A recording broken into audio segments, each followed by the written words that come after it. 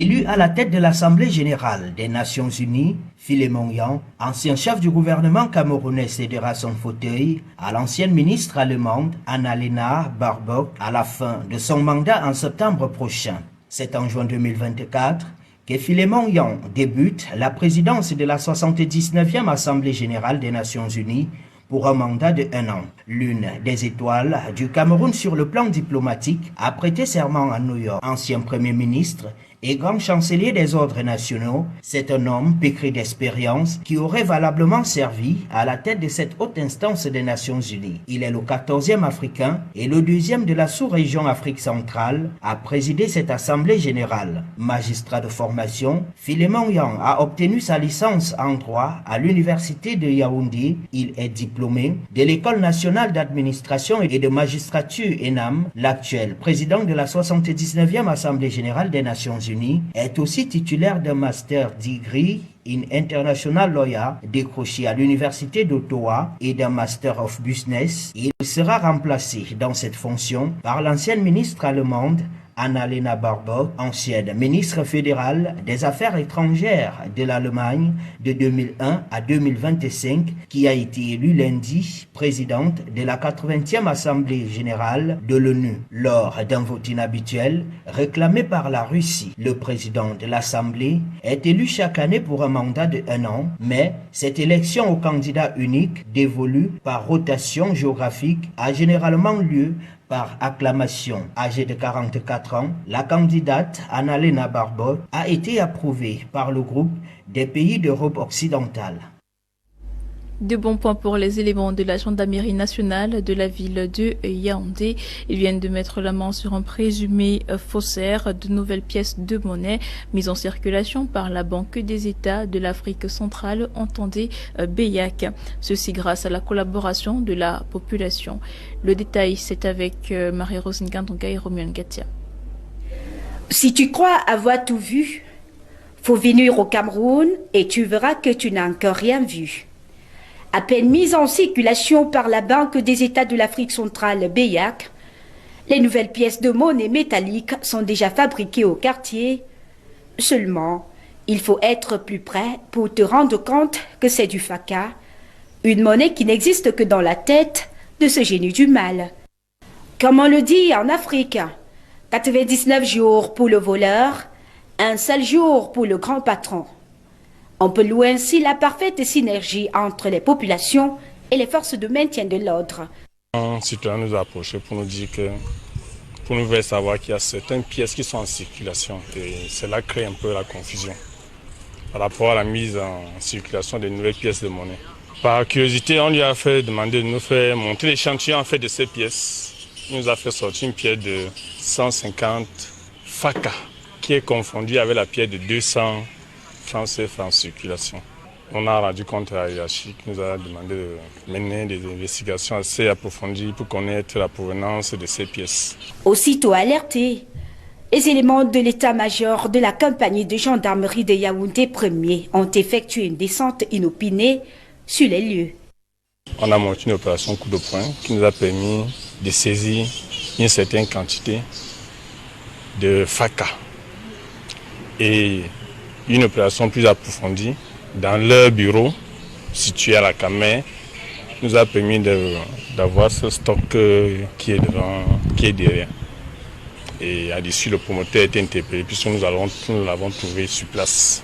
Un acte de bravoure, fruit de cette parfaite synergie, et le grand satisfait du colonel Joseph Nguele, commandant de légion de la gendarmerie du centre. Je félicite les gendarmes particulièrement pour cette opération où je croyais avoir tout vu, mais je découvre que les Camerounais sont si ingénieux pour aller produire des pièces de monnaie qui ne sont pas le CFA et qui seraient en circulation dans notre cité capitale sur l'axe Yaoundé-Soa. Les petits génies, malheureusement, ingénieux au mal. Pour l'heure, le présumé faussaire est dans les mailles de la compagnie de gendarmerie de Yaoundé 1 en attendant d'être présenté aux juridictions compétentes afin de répondre de ces actes ignobles.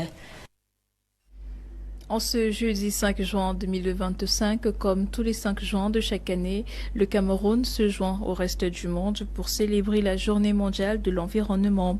Instaurée en 1973 par le Programme des Nations Unies pour l'environnement, cette journée vise à sensibiliser aux questions de protection de la Terre, promouvoir le respect de la planète et un changement de mentalité et d'habitude. Elle est également l'occasion de rappeler que chaque enfant a droit à un environnement sain, comme le stipule la loi en vigueur. L'édition de cette année 2025 met l'accent sur la lutte contre la pollution plastique sous le thème « Mettre fin à la pollution plastique mondiale ». Et pour commémorer cet événement, plusieurs activités ont été organisées sur l'étendue du territoire camerounais à l'occasion de la Journée mondiale de l'environnement, justement, comme vous le voyez à l'instant à l'écran. Dans le département de l'Océan, une campagne de nettoyage sur la plage centrale de Kribi a été organisée à l'initiative des organisations environnementales afin de sensibiliser la population aux effets de la pollution plastique et bien d'autres. Et en attendant de revenir sur cette célébration, mesdames, messieurs, parlons de toute autre chose. À quelques heures de la fête de la Tabaski sur l'étendue du territoire camerounais, les marchés de la ville de Douala, dans la région du littoral, sont en pleine effervescence. Malgré la conjoncture économique, les commerçants et également les consommateurs font preuve de résilience pour célébrer cet événement. Awa Dali, Benjamin Traoré ont fait le tour des marchés de Douala. Écoutons. Au marché central de Douala, il règne une atmosphère électrique. À quelques heures de la Tabaski, hommes et femmes musulmans se bousculent pour effectuer les derniers achats. Les étoiles sont remplies de vêtements traditionnels et modernes de couleurs vives et de motifs variés. À côté de cela, un camp de moutons, bête emblématique de cette fête, exposé à la vente. Malgré cette effervescence, les vendeurs semblent inquiets. Ils déplorent l'absence de la clientèle et la dureté du marché. Avec le marché de maintenant, c'est pas la même chose. Voilà, donc aujourd'hui c'est jeudi, demain c'est la fête. Comment tu vois, il n'y a pas les clients. Le marché dit vraiment, mais on peut seulement dire alhamdoulilah. Mais l'argent des moutons n'est pas encore sorti. Cette année-là, vraiment, tout le monde pleure. Il n'y a pas l'argent. Il n'y a pas l'argent. Et les gens ne travaillent pas. Donc, ça veut dire que cette année-là, le marché est trop dur pour nous. Et que même les moutons là sont devenus chers. Il n'y a pas les moutons de même 50 000. Ça varie jusqu'à 100 000, 80 000. Les derniers sont 70 000. Et que nous travaillons, le marché même ne passe pas comme avant. Bien que la situation économique soit tendue, certains ont déjà mis la main à la pâte et se disent prêts à accueillir la Tabaski dans la joie et la spiritualité. On a déjà payé, les retardataires sont en train de les faire maintenant. On est fait prêt. Aujourd'hui, c'était la fête, le jour d'Arafat. Les musulmans sont censés gêner pour effacer les péchés passés et les péchés précédents. Vraiment, on est fait prêt. On attend. Oui, on a déjà fait les achats des enfants. Les enfants doivent s'habiller avec les habits neufs ou bien les habits bien propres. Donc on est fait prêt, on attend demain. On a effectué les prières, on va prier pour la paix du Cameroun. On m'a aidé, j'ai trouvé un mouton pour mes enfants. Et des habits de fête et les enfants sont en santé. J'ai dit bonne fête à tous les musulmans. Avec ou sans argent, l'esprit de la Tabaski anime les fidèles musulmans déterminés à vivre ce moment exceptionnel. Et demain, Inch'Allah, on va fêter, bien sûr. Avec les enfants, même c'est comment on va créer l'argent des moutons. Donc on a les enfants à la maison, tout. On doit créer l'argent pour acheter les moutons. Oui, c'est obligé ça. Oui. Dès demain, le Cameroun rejoindra le reste du monde pour célébrer avec dévotion la Tabaski en sacrifiant des moutons selon les moyens, symbole de foi et de générosité du prophète Abraham envers Dieu. En attendant ce grand rendez-vous, mesdames, messieurs, parlons sport. Le tirage au sort de la Coupe du Monde féminine U17, effectué ce mercredi 4 juin 2025 au Maroc, a placé le Cameroun dans le groupe B. Les Lions indomptables U17 croiseront le fer avec 3 adversaires de taille tels que le Mexique, la Corée du Nord et les Pays-Bas. Et donc, les Lions indomptables U17 connaissent donc déjà leur adversaire pour la phase de groupe de cette compétition du football féminin U17. Ce tirage au sort, organisé à Rabat il y a 24 heures, a réservé au Cameroun une poule des plus compétitives. Les Lions U17 devront se mesurer au Mexique justement, vice-champion du monde en 2018, à la Corée du Nord, plusieurs fois championne de la catégorie, ainsi qu'aux Pays-Bas, référence européenne. La phase finale de cette compétition se tiendra du 17 octobre au 8 novembre 2025 dans ces villes marocaines. Il s'agit d'une édition plutôt historique, non seulement parce qu'elle se joue sur le sol africain, mais aussi parce qu'elle promet un niveau de compétition particulièrement élevé. Et dans l'actualité internationale de ce jour, nous nous rendons tour à tour au Tchad, en Côte d'Ivoire et en France avec Joseph Betioto.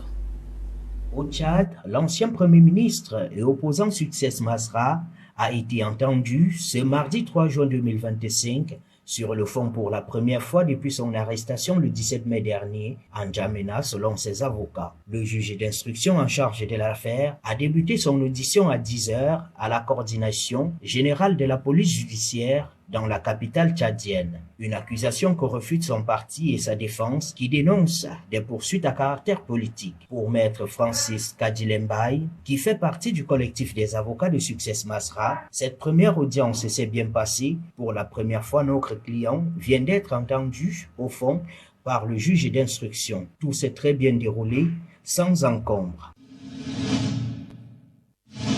La politique en Côte d'Ivoire, l'opposant Tidiane Thiam a bien été radié de la liste électorale définitive. Le nom du président du PDCI n'apparaît pas sur la base des données mises en ligne dans la nuit du mardi 3 au mercredi 4 juin par la commission électorale indépendante. Celle-ci a donc appliqué la décision de la justice ordonnant la radiation de cet opposant. Autres opposants absents de la liste électorale, Laurent Gbagbo, Guillaume Soro et Charles Blé Goudé. En fin avril, la justice a estimé que Tidiane Thiam n'était plus ivoirien au moment de son enrôlement en 2022. Une décision fondée sur le code de la nationalité. Le texte précise que tout Ivoirien majeur perd sa nationalité quand il acquiert volontairement une nouvelle nationalité étrangère.